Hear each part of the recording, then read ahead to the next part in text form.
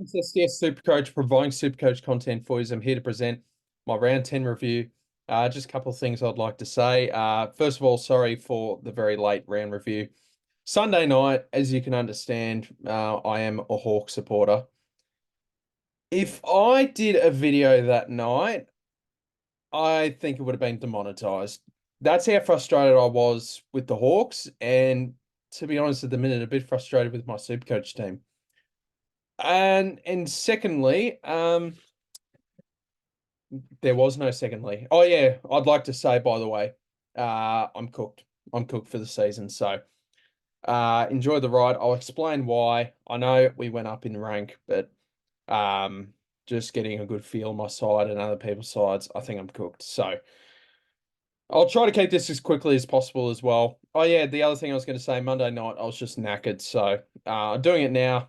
Sorry about that, guys, but uh, yeah, look, let's get into the round review. I'll try to keep this as quick as possible because it's a Tuesday. You probably would have watched the majority of people's round reviews, so probably not as interested, but hopefully you guys enjoy. So, and by the way, when I say my season's cooked, I don't think I'll finish in a bad rank, but I think 2022 I finished 2001 top 1% in my YouTube career, and then in 2023 I finished 613th, which I was very happy with. Top 1%, first time I've ever finished in the top 1K. But this year, I think if I get top 1K this year, sorry, top 1% this year, I think that might be my best achievement of them all because just looking at my side, looking at other people's sides, looking at my trades, I think I've just cooked it this year. So let's get into it. 2,361 and our rank. So we move inside the top 10K for the first time in like 3 or 4 weeks. So pretty happy with that. But yeah, not feeling too good about my team. So we'll get into it. I'll show you why. So first off, I feel like I'm a primo or two behind. Now what does that mean? I've done one or two too many sideways trades. So let's have a look at my trade history. So Martin turned into Heaney. I have no issues with that. He looked I probably should have kept him, but to get in Isaac Heaney, it comes at a price, and I think that's fine. Fisher, I mean, he's relevant now, but uh, would have been a bit of a drop, so I don't regret that. We look at Hayden Young. I think that was fair. Also, lesson learned for next year as well. Try to pick the best starting side possible. I remember in 2023, I started Errol Goulden after he scored a mammoth score in the preseason match against Carlton. And for some reason this year, I didn't start Isaac Heaney after him going a 140 plus. I know it affected my structure a little bit, but I should have paid a bit more attention to actually fixing it up just to get Heaney in. So that cost me Nick Martin. Now, Hayden Young, this is fair enough in my opinion. He scored 260s in a row. He was about to plummet in cash. I know he's relevant, a little bit more relevant now, but it got me Luke Ryan. Then Wines, I think this is fine.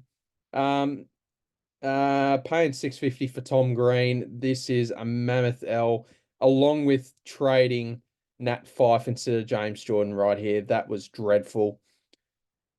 Trading out Grundy for Rowan Marshall. Now, if you guys watch my videos over the years, you know my theory of I hate ruck trades. I hate them. And I thought I was getting a primo. Like at the time, I feel like it was the right move, but so I had Marshall there for a couple of weeks. He gave me like a 120, which was good. And then after that, gave me like a 51 and a 63. But I traded out Grundy. I don't know. This pick's pissing me off. I feel like I don't know. I feel like he shouldn't still be a relevant pick, Brody Grundy. I don't know. Then trading Zach Reed instead of Marty Hoare. I mean, Zach Reed might be coming back soon, so that's annoying. Trading Jai Clark ahead of Riley Sanders in this week was pretty bad as well. McKercher, I don't know. Maybe I could have held. Brought back Hayden Young the week he did hamstring tightness, so that was fun. Will Graham was fine, and then McAuliffe was relevant this week, I guess. Zach Williams fine, Sanders finally, and Carroll finally. Walsh is frustrating me a little bit, but this week wasn't his fault because he bloody James Jordan followed him to take a piss basically on Friday night. Then I traded out Rowan Marshall. Oh yeah, I brought in Sweet the week. I went 1 week early on Jordan Sweet. This is where I traded out Rowan Marshall. Now I believe this week was the week where Jordan Sweet scored a 74. My thought process was Marshall's break even was 200 plus. And I just thought, well, Sweet will score better than most rookies. So that's what I did there. And then traded out Cadman for Dawson and Rogers. I think that's fine. Garcia would have been a better pick, though. Riley Garcia from the Dogs.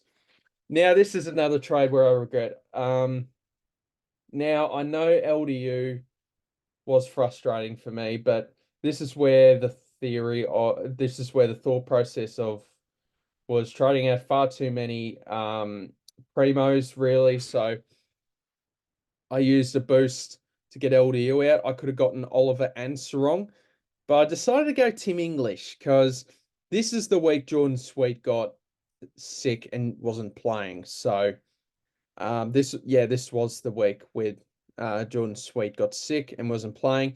I could have swapped Jackson into R2, but I decided to go Tim English because I was too worried about the next two fixtures and then him skyrocketing in price.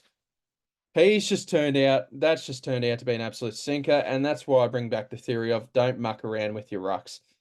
If I stuck with Marshall, I mean, at the thought process at the time though was I can get a worse rookie in my back, mid, or forward line off the field and field Sweet because I feel like he could go 80 plus every week. Which I feel like he could have, but maybe there's a bit of unluckiness, but at the same time, maybe just don't muck around with your premiums. And then Marshall goes like 107, 161, and then 169. I'm just like, get stuffed, mate. Get stuffed. And then I trade, as frustrating as LDU was, I mean, he's just turned a corner.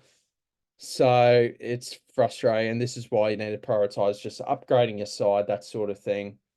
And then I'll trade out Harley Reid. I mean, I don't really care. I felt like this was the right move. I think he's going to have a few scores like this, but then drop a 60 or a 70. I think that's just the kind of player he is. It's just frustrating that was the week. And I got in Zorko, which helped, and Sullivan, but this should have been Breville. Collingwood do have a few injuries, though, so maybe Sullivan holds his spot, but I feel like Breville's role is better. And his job security is better. So, and then should have gotten rid of Roberts the week before, and I should have held Powell. That's the whole spick with my trades this year. So, I'll quickly get into it. So, vice captain Ryan, I thought, you know what, 122, not enough. Let's captain Gawn. I thought he'd do really well against the Eagles, and that just didn't work out. Obviously, the week I talk about, if you follow me on Twitter, Stephen D.W. Smith on Twitter, you would have seen that I did a captain's tweet about at least one positive has been, at least my captaincy has been good, and this has been my worst captain score of the year. So next time I just need to shut my gob. Anyway, vice captain Luke Ryan, 122. I thought I was talking. Oh yeah, by the way, shout out to the Fantasy Take TV Discord community. I went with them to the Collingwood Adelaide game. That was good fun, bloody good games. And I obviously met George from Fantasy Take TV there, and obviously saw Eno as well. So shout out to the Discord community and George and Eno. They're just ripper blokes. And I remember just being at the precinct watching I saw the first quarter of the St Kilda Freo game. Didn't know what happened after that. Just seeing Luke Ryan Seagull a bit and just just to, a little bit of banter towards George because he didn't bring him in. So, but it didn't turn out to be as big of a week as I thought. I remember turning to someone and saying, "Do we reckon that Ryan's going to go as big as it was one of those weeks where Ryan, it almost felt like I feel like we're overrating this a lot. I know St Kilda do give up a lot of points down back, but I'm just thinking, could this not go? I've got a feeling this might not go as well as people think. And it was a good score, but it turned out that way. So 122 is still very good. Nick Dacos butchered the ball on the Saturday. I went to that Collingwood Adelaide game. That was good fun with the Discord boys. And Collingwood got up in the end. Let me know in the comments down below if you think Rankin ran too far. I still thought he did. Yeah, so Dacos butchered it a bit. Sheasel, when was this? When was the North game last week? I feel like I'm tripping. Oh yeah, Sunday 110. Didn't watch much of that. So he was playing midfield and rotating a little bit off halfback there. Hayden Young, good for him to bounce back. Still frustrates me, this pick. Still frustrates me. He'll probably go 70 next week. I'd rather a bloke go 105 every single week than a bloke go 70, 120, 60, 130. I'm gonna have to keep him though. As I've said already though, I've traded out far too many premiums, so I'm just gonna have to hope they all stay on the park and just sort of upgrade around them. So Sam Closey, 49. We'll hold him this week, but we'll see how he goes against the Blues. Blake Howes, 53. Now I might hold him again. I really should be getting rid of this bloke, but he's got St Kilda this week. I know I just said, oh, is this a bit overrated? I don't know. Tom Brown scored a 95 against St Kilda down at Norwood. I mean, I'm thinking Blake Howes could score a right against St Kilda and just hold him for another week. His break even's 59. Probably just need to move on though. Will Graham, I think if Blake Howes, I don't know. If Will Graham comes back, I might just keep the both. But if Will Graham doesn't come back this week, I think I might just cut ties with him. I'm just not sure if he's going to come back. Marty Hawes dead on the bench all year. He'll be one of my few blokes that stay. Caleb Sarong, 118, very solid as it comes there. Zach Butters, 127, really good against the Hawks. I can't. I'm just going to leave it at that. I can't physically talk about that game because that's just hurt me to the core. Didn't hurt me at first on the Sunday, like too much. I was still furious, but it really hit me pretty hard on the Monday. I'm thinking that's one of the worst losses of all time. I'm convinced. Like we're up by 11 with 24 seconds to go. But yeah, I'm just gonna leave it at that. I can't talk about that game. Yeah, a really good fourth. Marcus Bontempelli, 93, bit disappointing there. But that's all right. Jordan Dawson, note to self as well, stick to your gun about starting people above. Stick to your gun sometimes with your picks. Like I wasn't going to start Bont all preseason, and then I started him. I'm just like, do I really want to bet against that? But I just got to remember to myself, it's extremely rare for the top scorer the previous year to back it up the next year. So just a reminder to myself, Jordan Dawson, 107. I hate how Adelaide use him. Why do you play him in the forward line? He doesn't do anything there. He doesn't do anything in the forward line. I don't get it. He's easily your best player when up and about. I don't get why they play him there. It doesn't make any sense. He does so much damage in the midfield. With how good of a forward line Adelaide have, just why do you play him there? It's just so frustrating. Sam Walsh, I'll let him off this week. Got bloody blanketed by James Jordan, who just wouldn't leave him alone. Tom Green, 95. I brought him in at 650 after his bye. That is by far and away, not by far and away. I've made some terrible trades this year, but that is an all-time stinker. I could have picked him up after the bye at bloody 500 K. Oh, fuming. Darcy Wilson, I could trade him this week. His break even's 75, 76. So I could look to trade him, but I think just with the amount of poor rookies I do have on field at the minute, I think I might just prioritize them first and then worry about them. Worry about Wilson next week. Kane McAuliffe, so I looped him and Sullivan. 51, I just thought, nah, not enough. We'll have a crack at McAuliffe.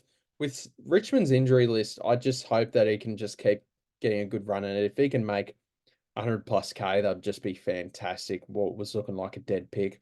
Rogers got managed. I'm really going to have to hope that he comes back because I'm going to need some of these rookies during the bye rounds, man. Hugo Garcia went really well in the VFL. So I'm begging with St Kilda's finals chances done now. I'm really just going to have to hope that Garcia can just fight his way back, can just come straight back in. I mean, I don't really get the point of playing Zach Jones and these sort of blokes ahead of Garcia now, where you probably just want to play the kids at this point and see, all right, who's good for our list, who's not good for our list. This will be Zach Jones's last season. I don't see the point of being playing ahead of him. Lockie Sullivan, 51. There should have been Breville, but just thought mature ager. I feel like he had a little bit more strings. He had a few more strings to his bow, but I don't know. 51, it's all right.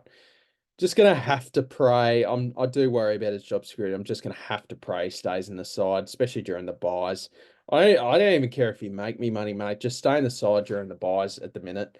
Um, Max Scorn, 109, disappointing. I don't like captaining Max Scorn because it is a really tough watch. So I think he's more of a VC sort of guy because he's just so frustrating to watch as captain. I did it with the Geelong game, just very frustrating. It's going to drop a lot of money. So for people that don't have him, they'll be licking their lips now. Tim English, terrible trade in. I mean, of course, obviously he was going 130 every single week. And then I bring him in and he goes 87 and 91. And 90, and against two pretty easy ruck matchups, just get stuffed, mate. Seriously. Get stuffed, Tim English. Who have they got? Sydney. Just bounce back, mate. Sweet. Please get back in the side. Make dominated Dante Vizentini. Just please, just two more price rises before Soldo comes back. That's all I ask for.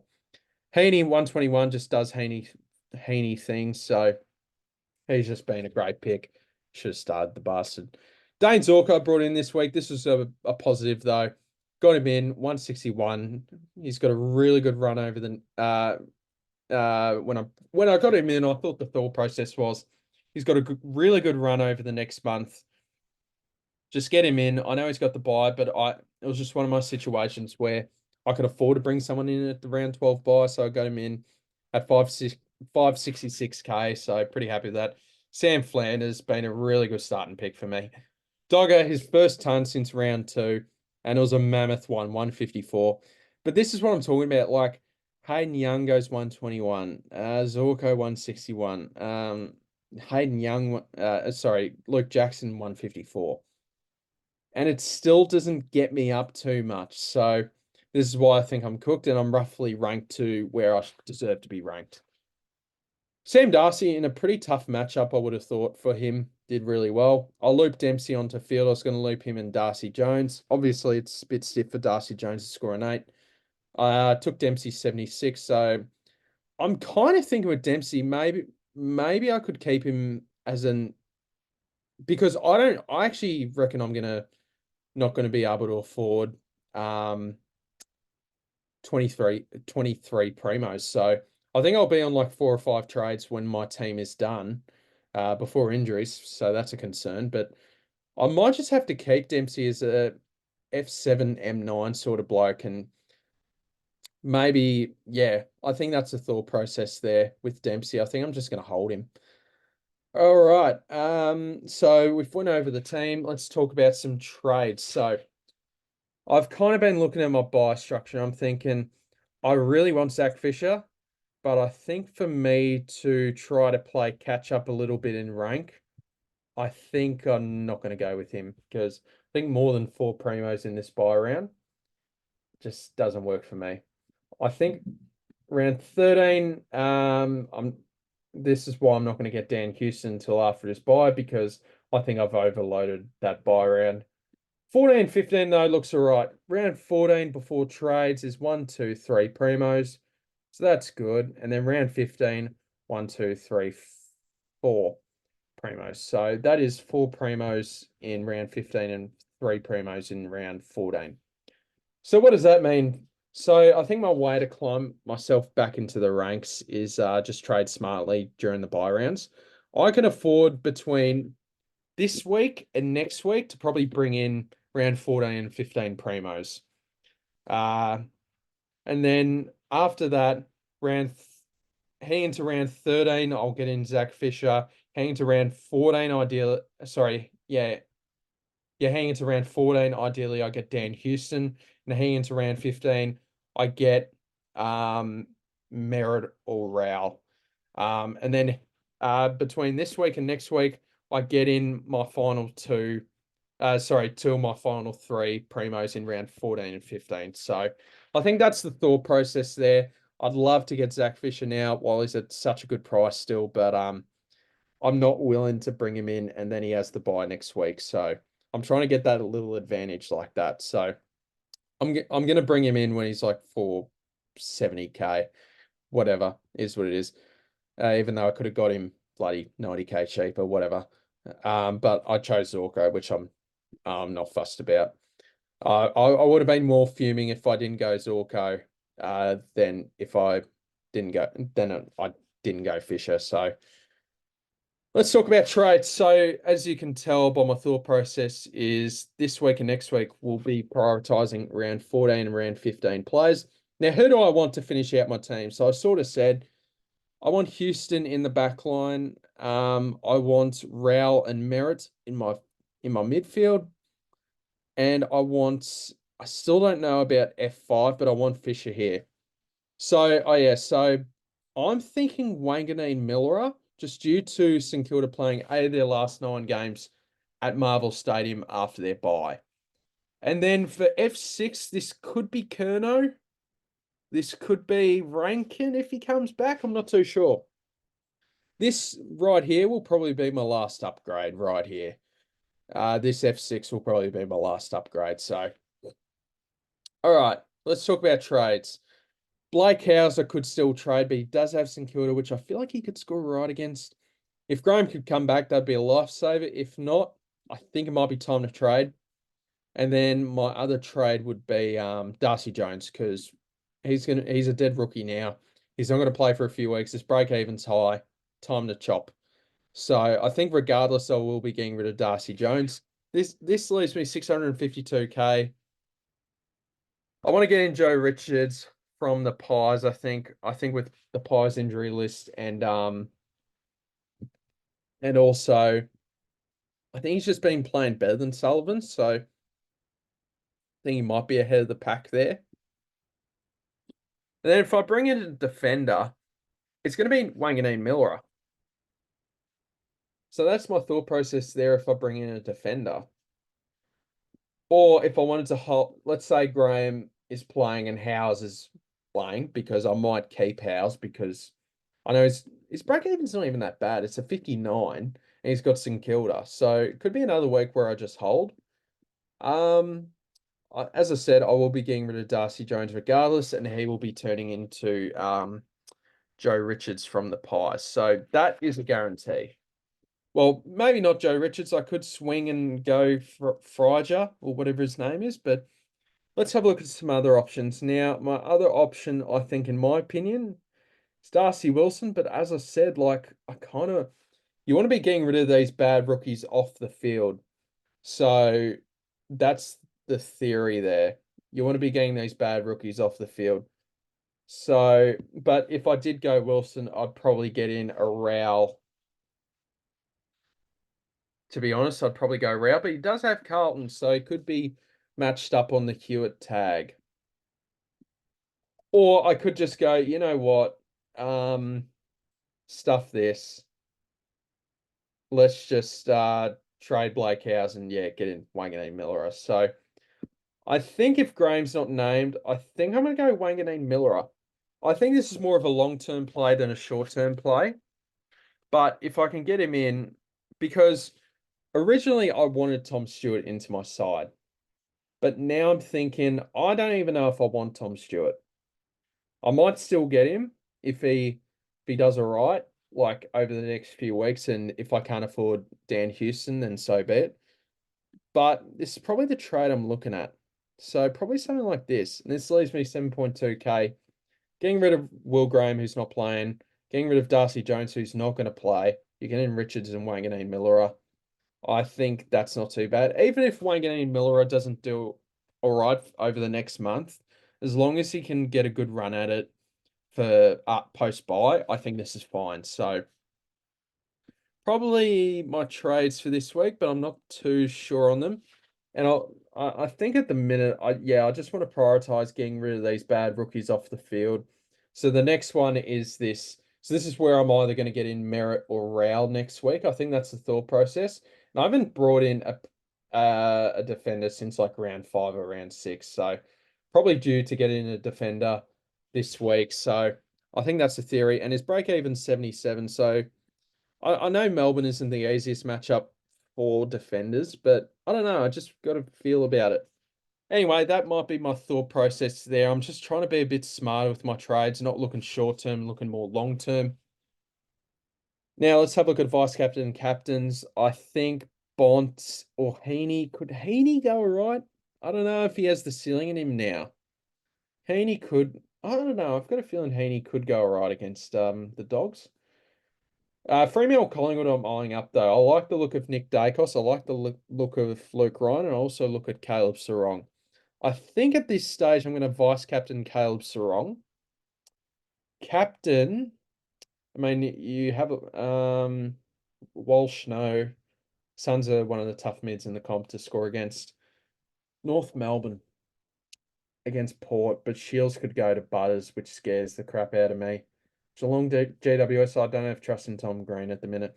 If you have Zach Merritt, go for it. I just can't. It just doesn't work for me getting him in. And his break even's 157. So I know he could go massive, but I just don't feel like that makes sense, me getting him in. So if you have Zach Merritt, I would captain this.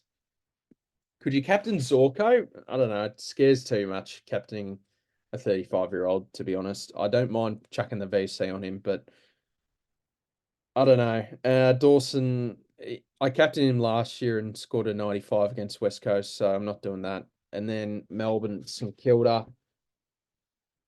Gorn, not at the minute. I don't like captaining Gorn. So it might actually be maybe like a. Could I vice captain Heaney into a Sarong? I'm not too sure. That could be a play. I don't know. I could use my vice captain and captain pretty early into the round, unless I like Butters. So let me know what you guys think. Let's just have a quick look at probably the most traded in, most traded out players. Just real quick.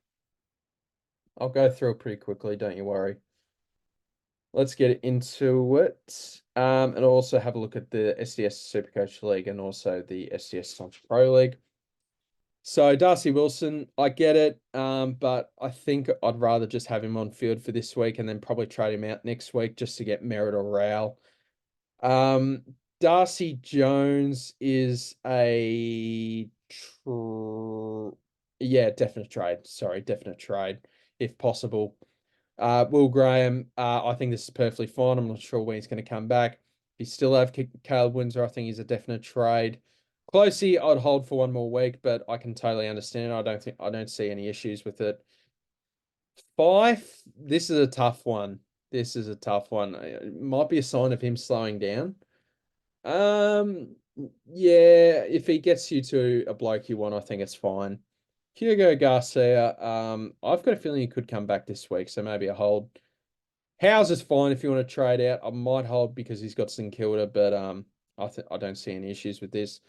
Just wait and hear and see what the result is on McKercher before trading. Roberts should have traded him last week, but probably not too bad of an issue if you'd held.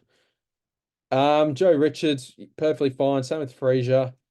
Ethan Phillips, I would definitely wait a week and just worry about these two first. Sexton, I don't know. I don't think at the price, I'm not particularly a fan. Of course, I traded him out, but that was about 7 weeks ago, so not that big of a deal. But I can totally understand it. Sorry, I can't totally understand it. I think that's too expensive. Dan Houston, I think is cherry ripe if you need another Port Adelaide or Freo player. Zorko just before his buy, and same with Fisher. I'm not as big of a fan of those two. I'd wait for Zorko and Fisher after their buy.